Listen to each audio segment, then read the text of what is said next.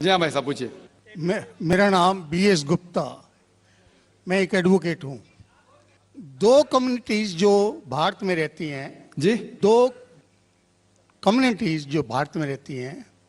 Majority community 80% जिसको कहते हैं हिंदूस और 20% मुस्लिम्स, उनके बीच में गलत या सही ये भावना है कि इस्लाम जो फैला था वो तलवार के जोर से फैला था।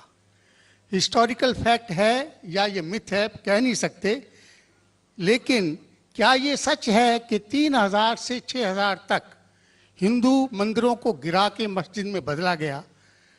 क्या ये सच है कि स्पेशली औरंगजेब के वक्त में हजारों लाखों हिंदुओं को ज़बरदस्ती उनके जनेऊ काट के उनको मजबूर किया गया कि वो मुसलमान बने? नंबर 2, जो कि आज के समय के अनुसार एक सवाल मैं पूछ रहा हूँ, हिंदुओं पर हिंदू मैरिज एक्ट लागू है, जिसकी परिभाषा में सिवाय क्रिश्चियंस और मुस्लिम्स को छोड़ के बुद्ध और जैन को, सिखों को, सबको शामिल किया गया है। क्या मुसलमानों का ये कहना नहीं बनता कि आप सबको शामिल करते हैं हिंदू मैरिज एक्ट में, इसका नाम बदल के एक ऐसा एक्ट बनाया जाए जो सब पे लागू हो, या इसके अल्टरनेटिवली एक यूनिफॉर्म सिविल कोड जो दोनों धर्मों के अच्छे टेनेट्स को शामिल करे, उसको लागू किया जाए? एक चीज़ मैं ये समझता हूँ कि मुस्लिम लॉ में जो विल है, जिसके अंदर ये लिखा है कि 1/3 से ज़्यादा कोई विल नहीं कर सकेगा, इसका मैं इनकॉर्पोरेशन अगर यूनिफॉर्म सिविल कोड बनता है तो मैं चाहूँगा कि वो हिंदुओं पे भी लागू हो। ये नहीं है कि हिंदू मैरिज एक्ट को अगर इंडियन मैरिज एक्ट में बदला जाए तो मुसलमानों पे लागू हो और हिंदुओं पे कोई चीज़ ना आए।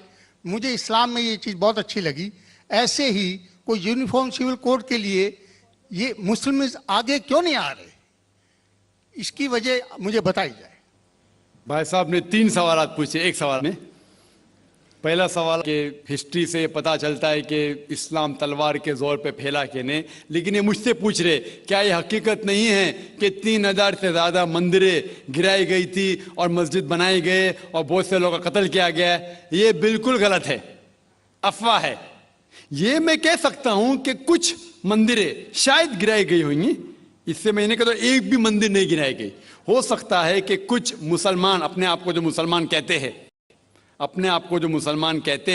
उनने आके कुछ मंदिरों को गिराया होगा और मस्जिद बनाया होगा, हो सकता है। लेकिन ये कहना कि 3000 से 6000 मंदिर गिराए गए, ये बिल्कुल अफवाह है, बिल्कुल गलत है, बेबुनियाद है, बिल्कुल बेबुनियाद है। कुछ मुसलमान राजाओं ने गलत काम किए होंगे, उससे आप इस्लाम को दोषी नहीं ठहरा सकते। अगर हिटलर ने 60 लाख यहूदी को जिंदा जलाया तो मैं कह सकता हूं कि क्रिश्चियनिटी खराब है?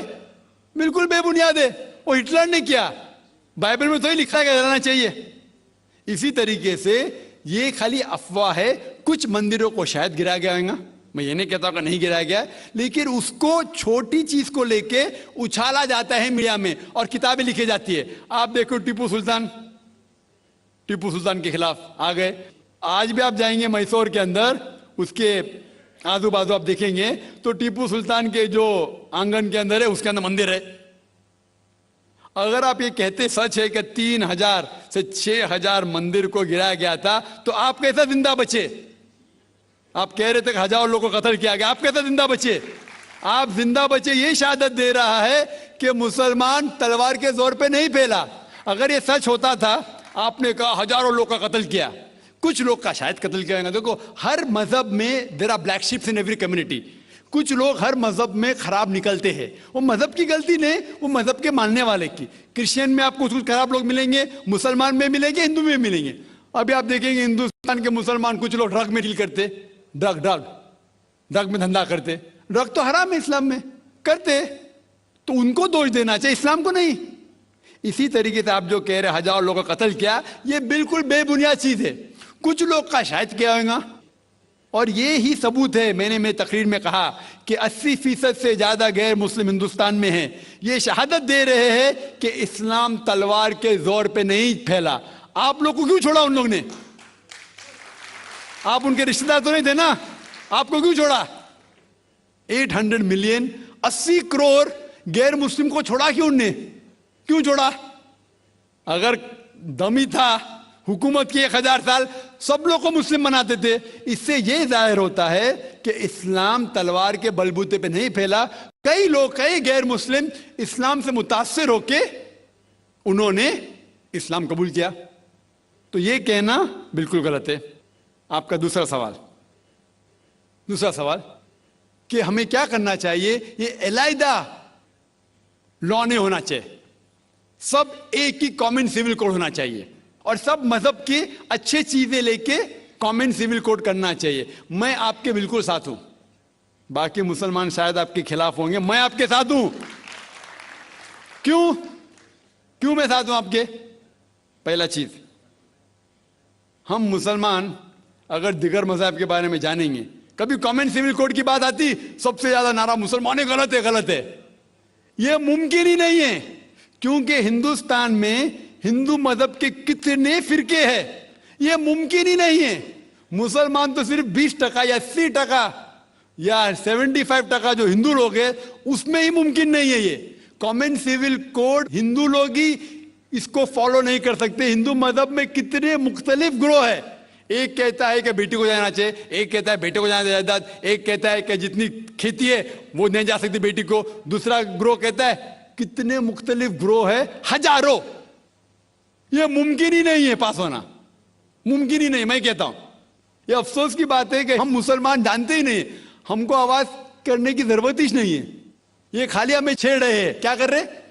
چھیڑ رہے ہیں اور ہم اکسا جاتے. Point number 1. پوائنٹ نمبر 2، مان لو آپ لوگ قبول کرتے ہیں کہ کامن سول کوڈ ہونا چاہیے. آپ نے کیا کہا کہ سارے دھرموں کے اچھی بات کو لینا چاہیے. بالکل صحیح. میرا پہلا سوال، آپ اسلام میں ایک چیز بتاؤ جو انسانیت کے خلاف ہے تو ہم نکال دیں گے اس کو.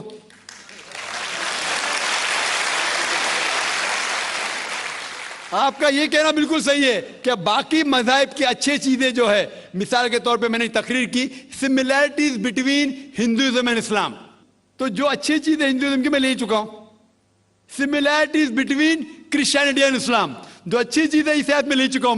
میں یہ پوچھنا چاہتا آپ سے، ایک چیز جو اسلام میں خرابی ہے وہ تو بتاؤ مجھے، تو اس کو نکالیں گے نا. لیکن منچ کے اوپر جب ڈیبیٹ ہوئے گا انشاءاللہ میں آؤں گا انشاءاللہ.